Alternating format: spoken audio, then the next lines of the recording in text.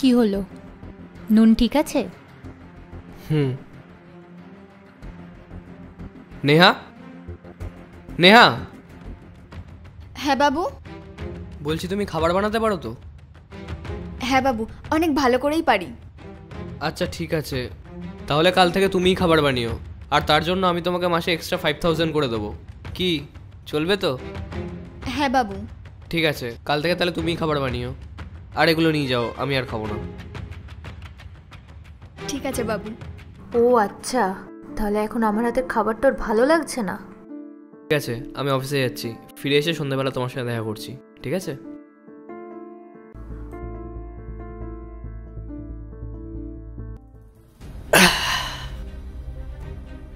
পূজা, এক cup coffee বানিয়ে দাও না, মাথাটা খুব ধরেছে। তুমি ওই মহারানীকেই বলো না, যাকে তুমি রেখেছো খাবার বানানোর জন্য। এখন তো আর আমার হাতের খাবার তোমার ভালো লাগবে না, তাহলে কেন বানাবো আমি তোমার জন্য কফি? আমি জানি যে তুমি আমার ওপরে রেগে আছো। আচ্ছা শোনো, আমি বলছি তোমাকে কি হয়েছে। আরে কালকে সানডে ছিল না, কালকে যখন আমি মার্কেটে যাচ্ছিলাম কিছু জিনিস আনতে, তুমি জানো আমি ওখানে গিয়ে কি দেখেছি? আরে নেহা শোন, এদিকে আয়। তোর বরের তো শরীর খারাপ, তুই চিকিৎসা করাবে কি করে? কি করব কিছুই বুঝতে পারছি না। আরে তুই একটা কাজ করতে পারিস তো, তোর মালিককে বল না, ওনার থেকেই টাকাটা নিয়ে নে। না না, আমি মালিকের থেকে টাকা চাইতে পারবো না।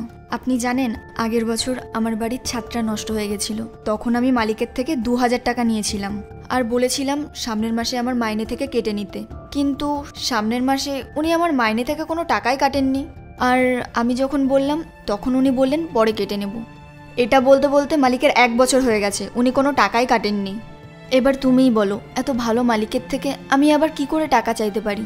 আমি তো শুধু এটাই চাই যে আমার ওখানে খাবার বানানোর কাজটা হয়ে যাক, তাহলে প্রতি মাসে 4-5 হাজার টাকা হয়ে যাবে।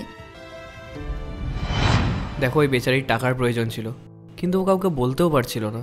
সেই কারণেই আমি ওকে সাহায্য করেছিলাম, যাতে করে ও কাজও পেয়ে যাবে আর ও সাহায্য হয়ে যাবে, আর ও নিজের বরের চিকিৎসাও করাতে পারবে।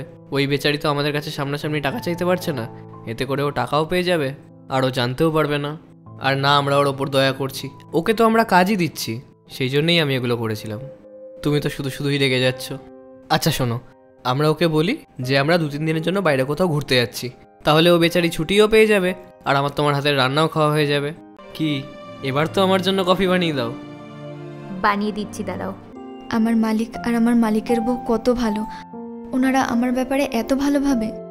ভগবান, ওনাদের মতো মালিক তুমি সবাইকে দিও।